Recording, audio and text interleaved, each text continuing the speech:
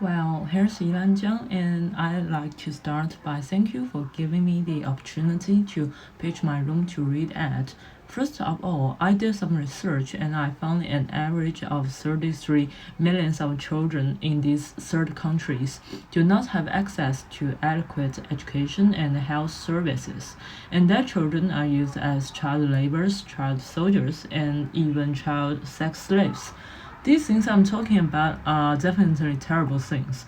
However, middle classes in Australia take the great school education, healthcare service for granted, but in the other half of our world, these problems really exist.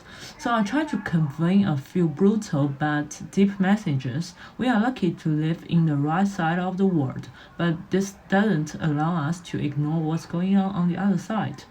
I aim to create awareness and inspire action to remember and to ask ourselves what we have done to safeguard children's rights, both near home and across the globe.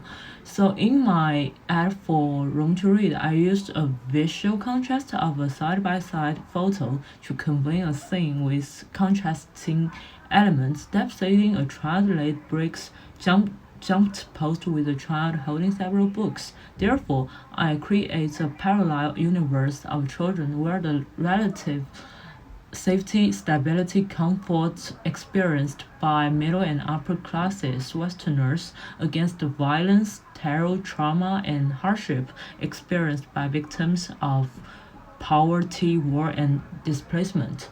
Reflecting social economic disparities, the picture tells drastically different stories about childhood. By contrasting images of realities, I believe the stark within image incongruity can make people instantly understand that while one population can simply enjoy the relative abundance and luxury of Western education, while the other is compelled to survive each day in another part of the world. So the digital juxtaposition evoke great pathos and give people a great sense of empathy for their fellows, urging them to be aware of the duality of the world we all live in.